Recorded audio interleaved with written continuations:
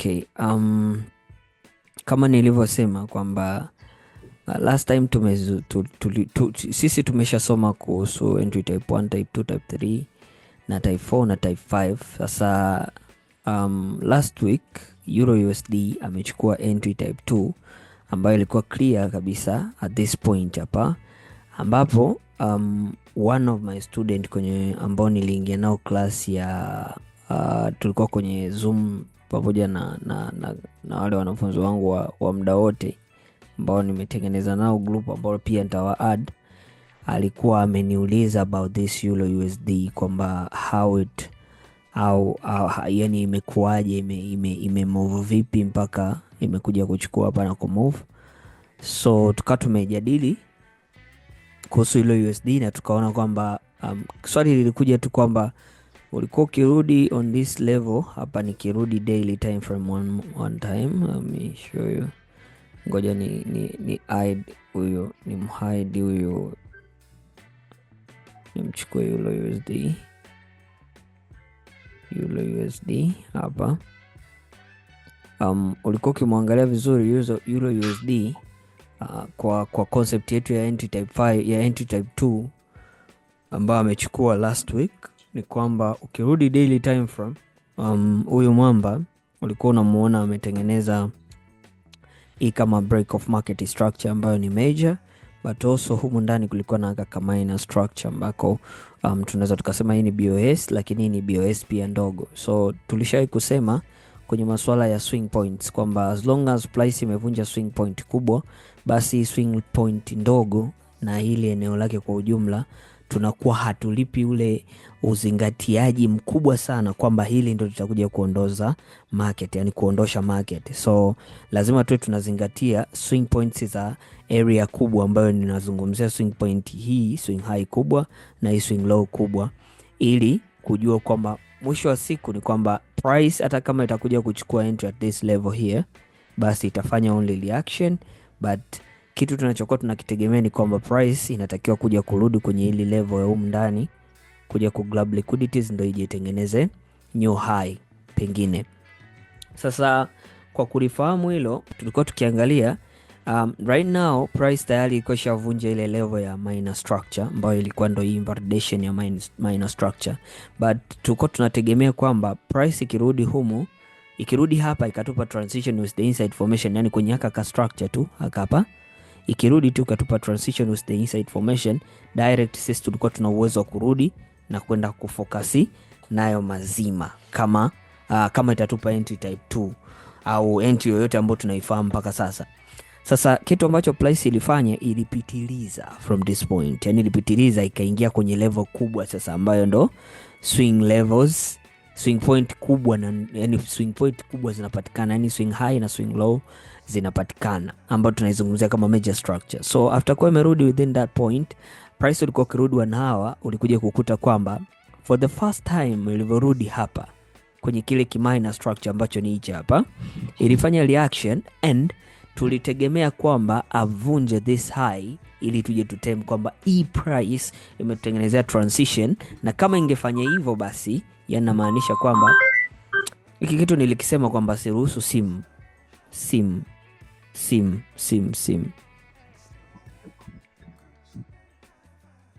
nasikia. Okay, so tukiangalia vizuri hapa, kwa mara ya kwanza, touch ya kwanza, this was the first touch. Baada ya hii touch ya kwanza kuingia within this level, actually nayo ilitoka kwenye invalidation ya hapa, but haikuvunja by body, kwa state tunaweza tukasema ilikuwa within this range. Kwa tukasema okay, kwa sababu price imereact hata kama ni outside this area, tunaweza tukasema imereact bado within the range ambayo tulikuwa tunaitegemea sisi. Sasa imesha react na price imesha tu offer sehemu ambayo sisi tunaitegemea ifanye transition. Sasa nini ambacho tulikuwa tunakitegemea ni price, huyo mwanafunzi alichokuwa nakitegemea kwamba ni price ivunje hii level hapa ili ifanye transition, na ikifanya hivyo maana yake itakuwa imemform transition, lakini pia imemwachia inside formation, so direct anakuwa tayari na entry type 2. Lakini nini ambacho price ilifanya after ni kwamba price yenyewe haikufanya iko kitu, ilirudi second time, Nirudi. Ilivyorudi hivyo, ukumbuke ilivyokuwa inarudi ikawa inatengeneza tena highs and lows, means kwamba from this point imegoma kuvunja hapa kutengenezea transition na inside formation, ikatengeneza low mpya, high mpya, low mpya, high mpya, then low. Baada ya hii low hapa hakuna high yoyote ambayo ilipatikana hakuna low yoyote ambayo ilikuja ku close below hapa. So kwa sababu hakuna, kwa direct sisi tulikuja kufocus on this level kwamba tunachokitegemea sasa price ifanye tu high low, ameshatengeneza hiyo high low, lakini ivunje sasa. Ikishavunja maana yake direct inakuwa imetengeneza transition na inside formation. Si unapatikana vizuri hapo wako? Naeleweka vizuri? Naeleweka? Ndio. Napata. Unanipata? Yeah. So kwa kugundua hiko sasa, price ikaja ikavunja at this level hapo. Baada ya kuvunja at that point, you can see irudi ikavunja hapo. So after kuvunja hapo direct tuka tumesema okay, right now tuna transition na inside formation. Lakini sasa why yeye hakuingia at this level ni kwa sababu alitegemea bado hii range hapa juu ndio ije ivunjwe ili atengenezewe hiyo type 2 na nini na hizi inside formation. Hizi zingine sasa system kama formations au hizi hapa system kama formation. Lakini let me tell you one thing, kwamba sisi price inapokuwa imetuoffer area of liquidity kama ndo hii area of liquidity yetu, price ikija for the first time ikaja like this ikagusa, ikigoma kufanya transition hapa, ukumbuke hii ndo tap yako ya kwanza, this is the first touch.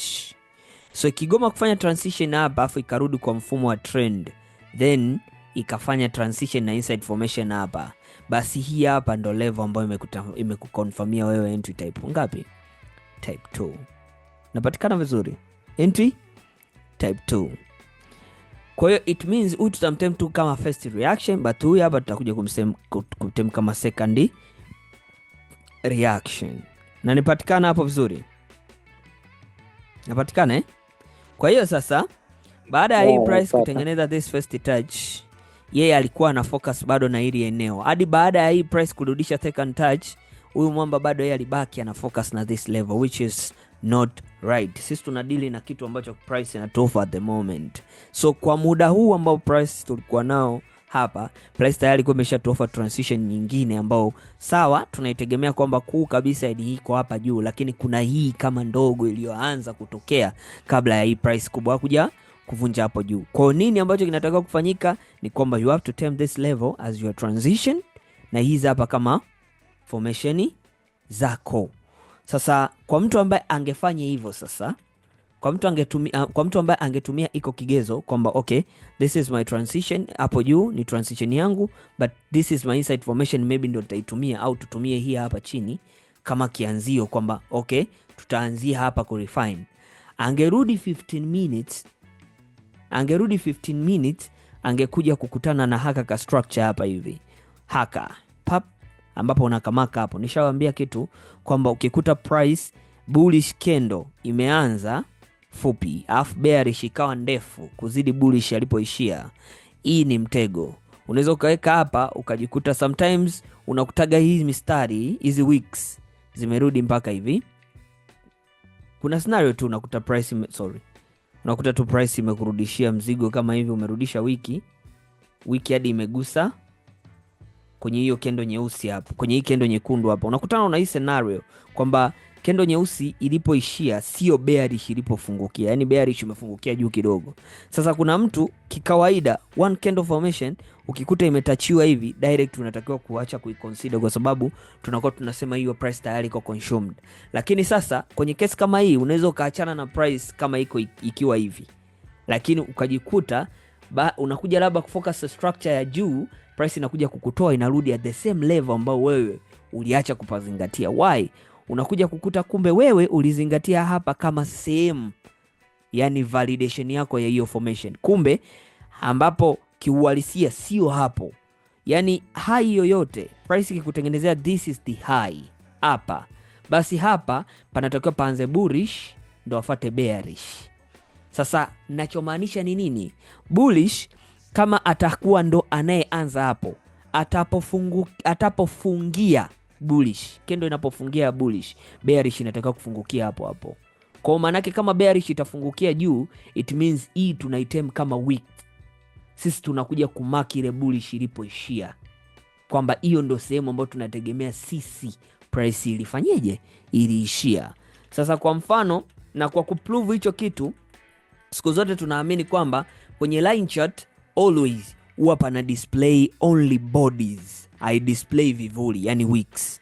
Kwa maana yake tukija kwenye hii level hapa hivi, tukaja tukaweka mstari wetu hapa wa line chart, tunategemea kwamba hata tukiweka line yetu horizontal ray yetu hapa, tunategemea hata tukienda kwenye line chart tukute kwamba ile low imegota kwenye huo mstari, na sio umeona hapa kabulish kamefungukia juu kidogo. Ukiweka hapa, ukienda kwenye line chart utakuta kidogo, ukiweka ule mstari kwenye line hapa kwenye hilo hapa, utakuta zinapishana hapa, zinapishana. Kwa nini? Kwa sababu kendo inayoanza kutengeneza low ni bearish, afu ndo bullish inafuata. Kwa bearish inapofungia ndo bullish inapofungukia. Kwa ukikuta kwenye bearish imeishia hapa, afu bullish imefungukia chini, it means hiyo bullish usizingatie, zingatia this bearish candle. Hiyo ndo sehemu ambayo wewe unatakiwa kujua low yako imelala hapo. Umenisoma? Sasa ulikuwa ukirudi kwenye hii, kwa mantiki hiyo, ulikuwa ukirudi kwenye hii point yako hapa, kwa mtu aliyekuwa amemaka hapa, ataona hiyo price imechukua hiyo formation. Lakini ukienda kwenye line chart inakukataa, inakwambia sio hapo. Inakwambia ni wapi? Ni hapa ambapo ni bullish candle ilipofungia. That's why inakwambia kwa mtu ukiwa unakutana na scenario kama hizo, make sure ukishajua ni uko kwenye high, basi jua kwamba mimi nitafocus na bullish candle. Uko kwenye low, basi mimi nitafocus na bearish candle over the bullish candle. Kwa hapa mimi nilipoweka hii candle hii mstari hapa, ndo nategemea kwamba hata nikienda kwenye line chart nikute candle line chart imeanzia hapo. Why? Kwa sababu ndo bearish ililala hapo, sio kwenye hii bullish candle ambayo tunaiona hapa chini. Sasa turudi kwenye analysis ya entry yetu. So kwa kutambua hilo, nikaja nikaweka tukaja tukiangalia price ilitengeneza hicho kitu hapo. Actually so kwamba nilitake this entry hapana, lakini price ikatengeneza hichi kitu hapo, ikawa imetutengenezea. So hiyo ni inside formation ambayo tumeidefine kutoka kwenye 1 hour. Sasa sisi tunadili na stop loss tu. Ulikuwa ukiangalia stop loss from this point, na nikiselect hapa tukameasure, ilikuwa only 9 pips ambazo ni ndogo sana. Kwa ulikuwa ukiextend mpaka pips 15, ilikuwa around that point ambayo ilikuwa haina hasara yoyote. Sasa kwa mtu aliyekuja kurudi 1 hour, alikuja kuona hichi kitu kwamba price ilirudi ikaja ikabounce ikawa imesepa. Sasa ilivyosepa, ukumbuke tuko kwenye the same level. Hii yote ni level moja. Si tunakumbuka hichi kitu haku? Si ndio Hii ni level moja. Si ndio Tuko sawa? Okay. So kwa sababu ni level moja, price tena imesharudi kwenye ile zone na imefanya tena transition.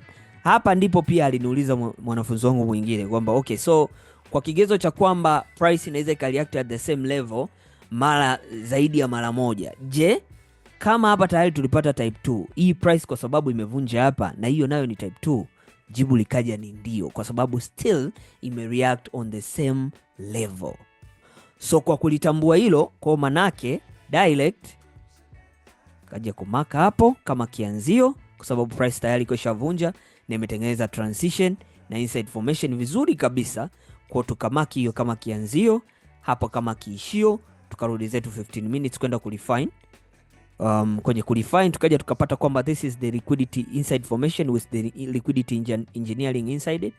So kwa mtu mwingine angekuja direct to trade hapa, but kulikuwa na anyways hiyo point itakuja kuiongelea baadaye, ambayo ilikuja kufanya reaction kwanza kabla ya kuja huku. Lakini sasa tulivyokuja kurudi kwenye 3 minutes huku, tukaja tukakuta kwamba tuna hii inside formation hapa haijaguswa, like ukirudi haijaguswa bado, na ulikuwa ukimeasure stop loss from this point to this point ilikuwa only 9 pips mpaka hapa ilikuwa pips 15, which is mtu anaweza akatake hiyo entry from that point. Lakini kwa mtu ambaye angetaka mambo mengi angerudi tena lower time frame, which is the 1 minute, sorry. Kwenye 1 minute sasa angekutana na bado price inamwambia range kwenye lile eneo ulilo focus nalo mwanzo. Kwa mtu ambaye angeacha entry hapa akarisk from this point to this point, angekuwa na risk pips 15.6. Lakini kwa mtu ambaye amerudi pia 1 hour bado angepata zile stop loss. 1 minute bado angepata zile stop loss. Kwa hiyo kwa mtu aliyeacha hapo alikuwa freshi. Lakini kwa mtu ambaye angetaka kurudi 30 second, hapa kwenye 30 second zilizaliwa kelele ambazo ukiangalia clearly, ukiweka chart hivi, ukiangalia clearly ulikuwa na hichi formation hapa chini ambacho tayari kimeshakuwa taken. Hii hapa ilikuwa haijawahi kuwa taken, ambao unaweza ukaimakia hapo kwenye hiyo kendo nyeusi, kwa sababu tunaamini hai imeanzia hapa, sio kwenye hiyo kendo nyekundu hapo. Kwa tunamaka hapa. Lakini kwa mtu mwingine kwa upande wa huku chini tayari palikuwa kuko consumed. Kwa nini nakwambia hivyo? Kwa sababu ukumbuke hii kendo hapa hili gap unaloliona hapa, manake kuna kendo hapa ilizima. Unaona kendo zimeachana, na sio kawaida kuachana hivi, zinatakiwa kushikana hivi, manake kuna gap ya kupanda. Kwa kama kuna gap ya kupanda, it means hii liquidity ya ndani tayari iko consumed by this week. Kama price ilipandisha gap hapa basi hii wiki ilirudi kuja kuconsume liquidity. Kwa manake hatuna liquidity ambayo imebaki hapo. Hii tayari ishakuwa consumed kwa sababu ni one candle formation, na always nasema one candle formation ikitapiwa tu hivi tunaachana nayo kama tuko kwenye time frame ndogo, ambapo nazungumzia 5 minutes sana 3 minutes, 1 minute 30 second. Huku unakuwa hauhangaiki nayo ukishaona tu imetapiwa hivyo, kama ni one candle formation, yani formation ya kendo moja. So formation ambayo tuko tumebaki nayo kwenye time frame ndogo ambayo ni hii sasa 30 second, ilikuwa ni hii hapo ya juu. Sasa kumbuka hapo, manake tunakuwa mtu sasa ana option mbili. Ana hii entry ya juu ambayo ameipata kwenye 1 minute, lakini pia ana hiyo entry ya chini ambayo ameipata kwenye 30 second. Hii hapa ameipata kwenye 30 second, hiki strike hicho hapo, labda tukipe black. So ulikuwa ukirudi wanawa sasa, ambayo ni entry, nisiwe muongo, imeniacha na nime regret sana, kwa sababu nilianalyze but sikuweka entry kwenye hiyo point, kwa sababu niliona price haikurudi. Nilifocus na scalping ambayo ilipatikana hayo maeneo hapo ya kubai. Kwa nilivyo focus na ile scalping, price nikawa nimelalia upande mmoja, na ilikuwa ni Ijumaa, kwa hiyo sikuacha order yoyote wala nini, nikawa nimeachana nayo. Lakini nimekuja kucheki today, nimekuja kushangaa price ilikuja ikatap ile entry, na kama mtu alikuwa amechukulia hiyo entry ya chini hapo alikuwa amechukua msumari, kwa mtu alikuwa amechukulia ya juu alikuwa amechukua hii hapo entry, na ndio ina land entry type 2 ambazo zimetokea zote at the same level. Na bado ikija kuvunja hapa juu, tunaweza tena tukaja tukazingatia swala lingine kwamba either tunaweza tukapata entry type 2, lakini kama ikigoma it's okay. Lakini hivyo ndivyo ambavyo entry type 2 imechukuliwa hapa na imechukuliwa hapo. Very very clean. Tumeelewana vizuri hapo?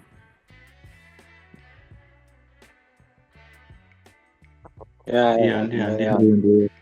So najua leo tulitoka kusoma entry type 6, lakini nimejaribu kugusia, na kama kutakuwa na trade ambazo nakuwa nimezifanya na ninahitaji labda kuwaelezea, labda zilikuwa na utata na ninajua maybe nimeshawafundisha, tutakuwa tunafanya hivi. Nitakuwa na kabla tujaanza kufundishana entry fulani na kagusia hako kakitu, then mtu anaweza akapata picha yoyote, labda from kule nyuma alikuwa hajaelewa kitu, kuja kuelezea kupya akaelewa. Kwa hiyo hope kuna kitu mmekipata, kama kilikuwa kimepungua kwenye kabati zenu za material, si ndio? Okay, so kama tulivyo mention na okay, niambie Master, kuna ile video ulitumia type 2 kuanzia kwenye 1 hour. Sasa sijajua uliconsider ni transition au nini, lakini ni video ya type 2, type 3. Kwamba nilifanyeje? I mean type 3 uli consider ile ya type 1 alafu ukaanzia kwenye 1 hour. Sasa juu uliangalia ni nini? Yaani nilianzia wapi nikaanzia wapi? Yaani okay, ulitumia 1 hour ile nani entry ya 1 hour ya type 1 kwenye 1 hour. Ndio. Nahisi kwenye ile link moja hivi uliotumia. Sasa jua ni mimi sijaielewa au wewe kuna vitu umeangalia ambavyo vikaconfirm kwamba ndio ile nani ya nyuma. Maana hata mimi mpaka sasa hivi kidogo nisiwe muongo bro, sijakuelewa. Labda jaribu kunichanganyulia hapo, au kama ni kitu ambacho labda kinaweza, yaani nataka izumu tuimalizie kwenye maswali kama yapo, alafu nawapa linki mjoin chap, alafu tutajua tunafanyaje ili tusome kitu kipya.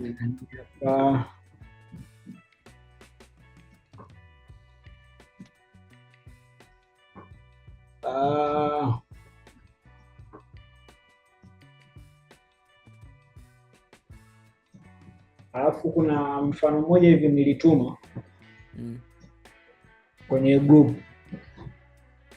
Pia nilikuwa nauliza kama ikiconfirm mara 3 unaweza ukaingia. Kuconfirm mara 3 kiaje? Mfano tulisema kwamba ili iwe type 2 au type 1 lazima ukitoka kwenye 1 month au ukitumia nani ya 1 month iconfirm kwenye 1 day, sio? Hasa kwenye 1 day ikaconfirm BOS mara 3. Unaweza kaingia hiyo BOS ya 3 ndio confirm. Yaani price imefanya transition kwenye daily, kafanya BOS ya kwanza, alafu kafanya BOS ya pili, ikafanya BOS ya 3. Au sema sasa kwenye bullish. Kwenye bullish, yes, ndo bullish hii au I mean kwenye bearish. Whatever. Okay. Tuchukulie price imefanya transition, alafu break of market structure. Hii ya 3.